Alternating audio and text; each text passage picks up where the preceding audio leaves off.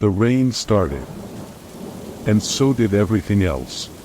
Jake was a seasoned pizza delivery driver, used to the late-night deliveries and eerie experiences that often came with the job. But one particular night would forever haunt him, a night he would never forget. It was a chilly Friday evening, the sky overcast and the streets dimly lit. Jake's phone buzzed with a new order, and he glanced at the address, 621 Pine Street.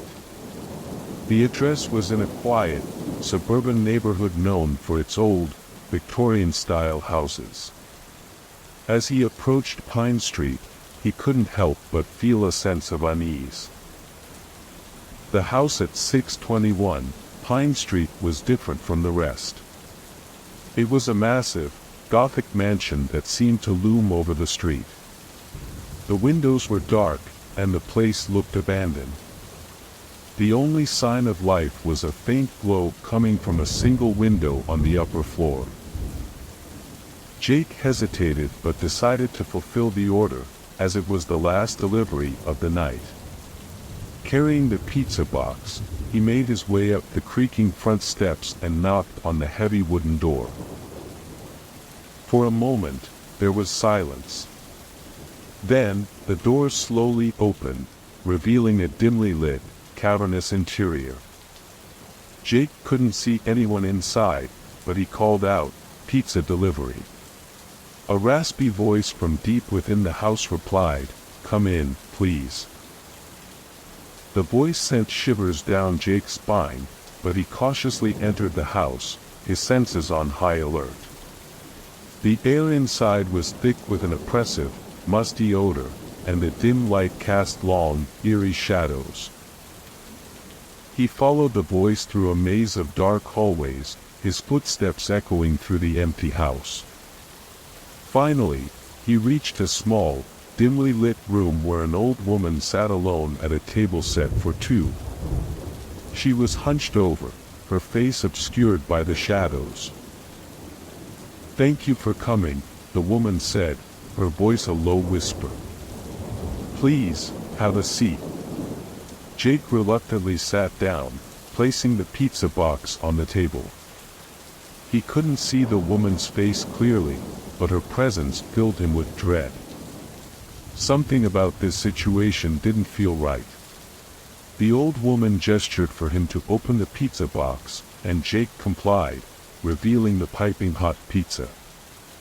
She reached out a bony hand to grab a slice but stopped abruptly, her fingers inches away from the food. "You didn't bring the right order," she hissed, her voice filled with anger. Jake was taken aback. He had double-checked the order before leaving the pizzeria, and he was certain he had brought the correct pizza. He tried to explain, but the woman's reaction grew increasingly erratic. Suddenly, the room plunged into darkness. Jake fumbled for his phone, trying to turn on the flashlight.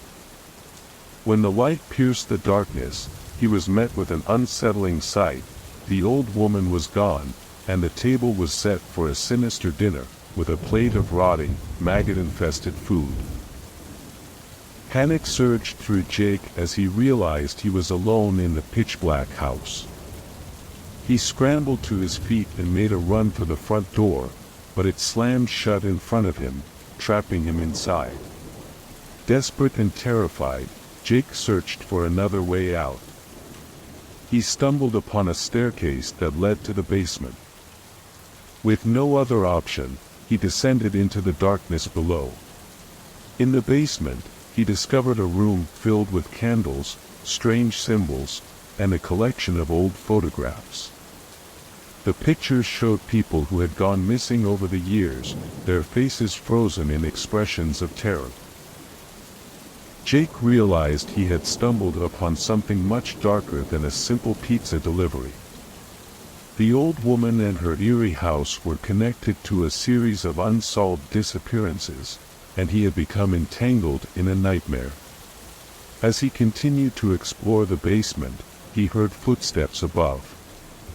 Someone, or something, was in the house with him. Fear coursing through his veins, he realized he had to find a way out before it was too late. Jake located a small window in the basement and managed to pry it open. He squeezed through, cutting himself on the broken glass, and tumbled into the backyard. He raced to his car and sped away from the nightmare house, leaving behind the horrors he had witnessed. Jake's harrowing experience haunted him for years. He contacted the police, but they found no evidence of the old woman or the basement filled with disturbing photographs. The address on Pine Street was empty and boarded up, as if it had never been inhabited. To this day, Jake can't forget that night, and the fear that lingers in the darkest corners of his memory. The mystery of 621 Pine Street remains unsolved, a chilling reminder that some horrors are best left undisturbed. We are not alone. The rain keeps secrets.